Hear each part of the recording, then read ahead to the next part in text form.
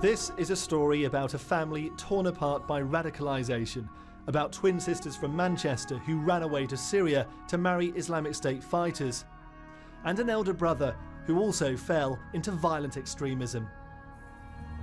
This is their family home in Chorlton, which Zara and Salma Helani left behind to go to the jihadi battlefields.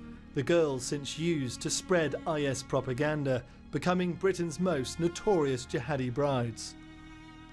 I moved to England when I was 9 years old. There has been less focus on their elder brother Ahmed. He's suspected of joining up with jihadists in Somalia and Syria. He's subject to an exclusion order, banned from returning to Britain.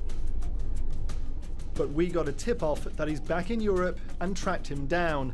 We found him living freely in Denmark on the outskirts of the city of Aarhus.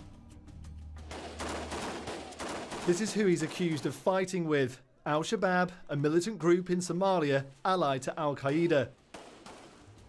Sources also say he travelled to Syria and associated with jihadists there. We tried to speak to Ahmed Helani off camera.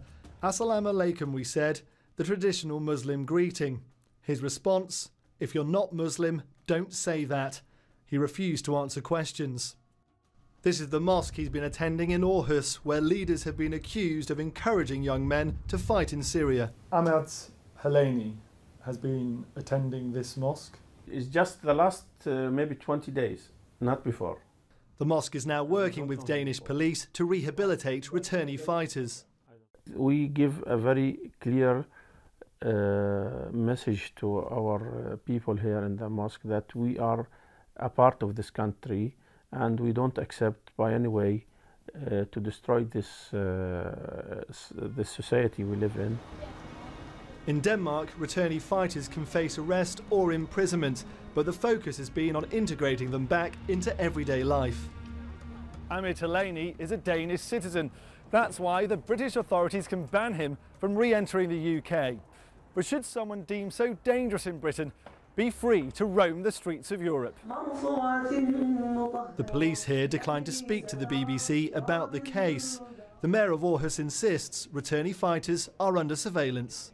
Some of these people obviously have committed crimes, but if we can't prove it, we can't send them to prison.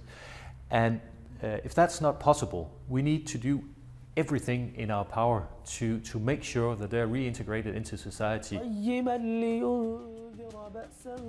The tracking of terror suspects is a growing challenge for security services.